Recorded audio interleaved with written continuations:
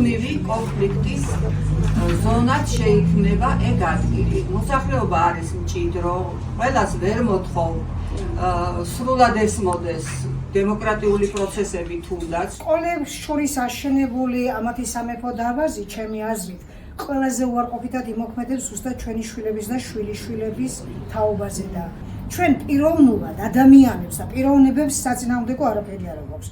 ჩვენ ამ შემთხვევაში ვუპირისპირდებით მათ ეგრეთ წოდებულ რწმენას.